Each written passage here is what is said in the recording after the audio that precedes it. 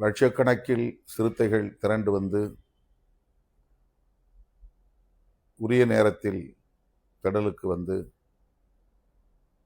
மாநாட்டை வெற்றி பெற செய்த அனைவருக்கும் என்னுடைய நன்றியை உரித்தாக்குகிறேன். எத்தனையோ பல மாநாடுகளை நாம் நடத்தி இருக்கிறோம். லட்சக்கணக்கில் சிறுத்தைகள் பங்கேற்ற மாநாடுகள் இதுவரையில் எந்த மாநாட்டிலும் இல்லாத அளவுக்கு இந்த முறை மேடையில் ஆயிரக்கணக்கான தோழர்கள் குவியும் நிலை ஏற்பட்டுவிட்டது. அதற்கு முக்கியமான 2 காரணங்களாக நான் பார்ப்பது, ஒன்று, புதிதாக நியமனம் செய்யப்பட்ட மாவட்ட செயலாளர்கள் மற்றும் மண்டல பொறுப்பாளர்கள் அனைவரையும் நான் மேடையில் அமர வைப்பது என்று பெரிய மேடையை கட்டமைத்தோம். அத்தனை பேரையும் மேடையில் அமர வைத்து பார்க்க வேண்டும் என்று நான் ஆசைப்பட்டேன். மேடை அமைப்பாளர் விஸ்வநாதன் தலைவர்கள் அமர்வதற்கு தனி மேடையும், மாவட்ட பொறுப்பாளர்கள் அமர்வதற்கு இருபக்கமும் தனித்தனி மேடைகளும் தான் முதலில் அமைத்தார். நான் இடையிலே அதை போய் பார்த்தபோது அப்படி தனித்தனியே என்னிடமிருந்து வெகு தூரத்தில் அவர்களை அமர வைக்க வேண்டாம், நான் எந்த மேடையில் அமர்ந்திருக்கிறேனோ அதே மேடையில் அவர்களும் அமர வேண்டும், அதற்கு ஏற்ப ஒரே மேடையாக மாற்றி அமையுங்கள் என்று சொல்லியிருந்தேன்.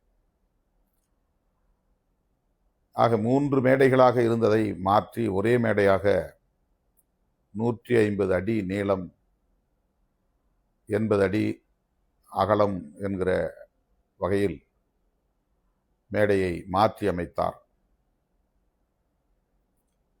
நான் அமர்ந்திருக்கும் அதே மேடையில் அத்தனை பேரும் அமர வேண்டும் என்று நான் ஆசைப்பட்டு ஒரே மேடையில் எல்லோரையும் அமர வைத்ததால் ஒவ்வொரு மாவட்ட செயலாளரோடும் பலர் மேடையில் ஏறும் நிலை ஏற்பட்டுவிட்டது.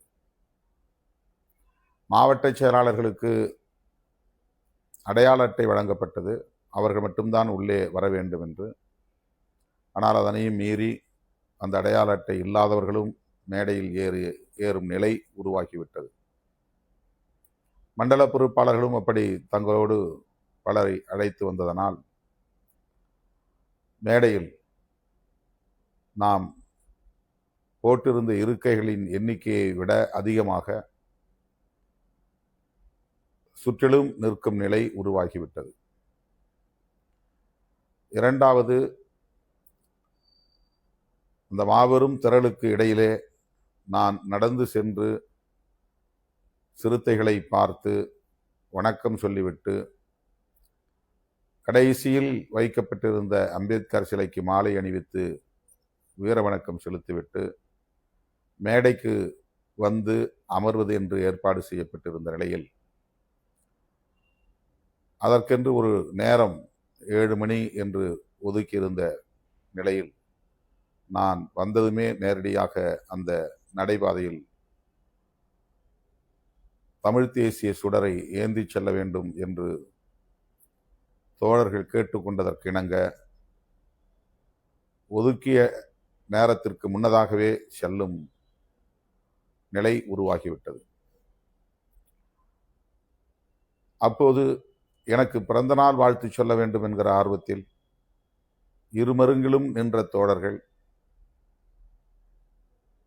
அந்த நடை மேடையில் பாய்ந்து ஏறினார்கள். நான் மேடைக்கு திரும்பிய பிறகு அந்த நடைமேடை முழுக்க தோழர்கள் ஏறும் நிலை உருவாக்கிவிட்டது. திட்டமிட்டவாறு 7 மணிக்கு மேல் நிகழ்ச்சியெல்லாம் முடித்த பிறகு அந்த நடைமேடையில் நடப்பது என்று செய்திருந்தால் ஒருவேளை மேடைக்கு தோழர்கள் வந்து குவியும் நிலையை தடுத்திருக்க முடியும் என்று நான் கருதுகிறேன். ஆனால் நமக்கு வானிலை ஆய்வாளர்கள் சொன்ன கருத்து, நாளேடுகளில் வந்த செய்தி, 5 மணிக்கு மேல் புயல் வீசலாம், மழை பெய்யலாம் என்கிற தகவல். சேலத்தில் நாம் நடத்திய கல்வி உரிமை மாநாட்டின் போது அப்படி மழை பெய்து லட்சக்கணக்கான தோழர்கள் சிதறி ஓடும் நிலை ஏற்பட்டது. என்னால் அந்த மாநாட்டில் பேச இயலாமற் போய்விட்டது. அதுபோன்ற ஒரு நிலை வந்துவிடக்கூடாது என்பதனால் நான் 5 மணிக்கெல்லாம் பேச்சை முடிக்க வேண்டும் என்று கருதியதனால் அந்த அவசரத்தை கையாள வேண்டி வந்தது. இல்லை என்றால் பொறுமையாக மேடையில் நிகழ்ச்சிகளை எல்லாம் முடித்த பிறகு நான் அந்த நடைமேடைக்கு வந்திருப்பேன். ஆக இந்த நடைமேடையை அமைத்ததும் ஒதுக்கியபடி, அதாவது திட்டமிட்டபடி அந்த நேரத்தில் நடைமேடைக்கு வருவதற்கு பதிலாக சற்று முன்னதாகவே வந்ததும் தொண்டர்கள் எனக்கு பிறந்த நாள் வாழ்த்து சொல்ல வேண்டும் என்கிற ஆர்வத்தில் மேடையை நோக்கி வரும் நிலை ஏற்பட்டதாக நான் கருதுகிறேன். மூன்றாவது, இசை நிகழ்ச்சி நடத்துவதற்கென்று தனியே நாம் ஒரு மேடையை அமைத்திருந்தோம். ஆனால் 1 மணிக்கு நண்பகல் வேளையில் அந்த நிகழ்ச்சியை அங்கே தொடங்க சொல்லி நாம் வற்புறுத்தினோம். அது தவறு. அங்கே தனியே ஒரு மேடை போட்டிருந்தாலும் கூட நிழல் கொட்டகையாக அது அமைக்கப்படவில்லை, மேற்கூரை அமைக்கப்படவில்லை.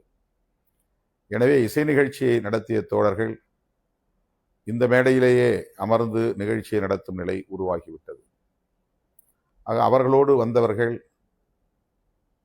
அந்த நிகழ்ச்சியை ஒட்டி மேடையை பெரும்பகுதியை ஆக்கிரமிக்கும் நிலை உருவாகிவிட்டது.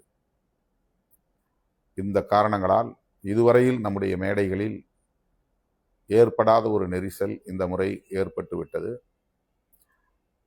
இத்தனை மாநாடுகளையும் வெல்லக்கூடிய வகையில் பல மடங்கு சிறுத்தைகள் திரண்டிருந்தார்கள் என்பதும் முக்கியமான ஒரு காரணம். 5 மணிக்கு மேல் மழை வந்துவிடும் என்று நான் சொல்லி அத்தனை பேரும் 1 மணிக்குள்ளாக வந்து சேர வேண்டும் என்று கேட்டுக்கொண்டதன் அடிப்படையில் எல்லா மாவட்டங்களில் இருந்தும் சற்று முன்னதாகவே மாநாட்டு திடலுக்கு வந்து சேர்ந்தார்கள். வழக்கமாக அருகே இருப்பவர்கள் சற்று தாமதமாக வருவார்கள், நெடுந்தூரத்தில் இருப்பவர்கள் சற்று முன்னதாகவே வருவார்கள். ஆக வருபவர்கள் கலைந்து போவதும் புதிதாக வருபவர்கள் அந்த இருக்கைகளில் அமர்வதும் என்று கடந்த காலங்களில் மாநாடுகளில் வருவதும் போவதுமாக மாநாட்டு அரங்கை நிரப்பிக்கொண்டே இருப்பார்கள். ஆனால் இந்த முறை அத்தனை பேரும் ஒரே நேரத்தில் மாநாட்டு திடலுக்குள் நுழையும் நிலை ஏற்பட்டுவிட்டது. ஆகவே பிறந்த நாள் அன்றைக்கு இந்த மாநாட்டை நடத்தியதும் அத்தனை பேரையும் 1000க்கும் மேற்பட்டவர்கள் அமரும் வகையிலான மேடையை அமைத்ததும் அந்த மேடையை இணைக்கக்கூடிய நடைமேடையை உருவாக்கியதும் இசை நிகழ்ச்சியை அதற்கென்று போடப்பட்ட மேடையில் நடத்தாமல் இந்த மேடையிலேயே நடத்தியதும் மேடையில் எதிர்பார்த்த அளவை விட தோழர்கள் வந்து குவியும் நிலை ஏற்பட்டுவிட்டது. தீர்மானங்களை படிக்க இயலவில்லை, யாரும் உரையாற்ற இயலவில்லை. கரூரில் நடந்தது போல் இங்கு நடந்துவிடக்கூடாது, மக்களை பாதுகாப்பாக வீட்டுக்கு அனுப்பி வைக்க வேண்டும், நெரிசலில் சிக்கி உயிரிழக்கும் நிலை உருவாகிவிடக்கூடாது என்கிற பதற்றமும் எனக்குள் இருந்தது. எனவே ஓரிரு நிமிடங்களில் நான் உரையை நிறைவு செய்து அனைவரும் பாதுகாப்பாக திரும்பிச் செல்லுங்கள் என்று கேட்டுக்கொண்டேன். இன்னும் சில நிமிடங்கள் நான் பேசிக்கொண்டே இருந்திருந்தால் அந்த நெரிசல் எந்த அளவுக்கு போயிருக்கும் என்று கற்பனை கூட செய்து பார்க்க முடியாது. அந்த அளவுக்கு கடல் அலை வீசுவது போல் தோழர்கள் ஒருவரை ஒருவர் தாங்கி பிடித்து தற்காத்து கொள்ளும் போராட்டத்தில்தான் இருந்தார்கள் என்பதை நேரில் பார்த்தவர்கள் உணர முடியும்.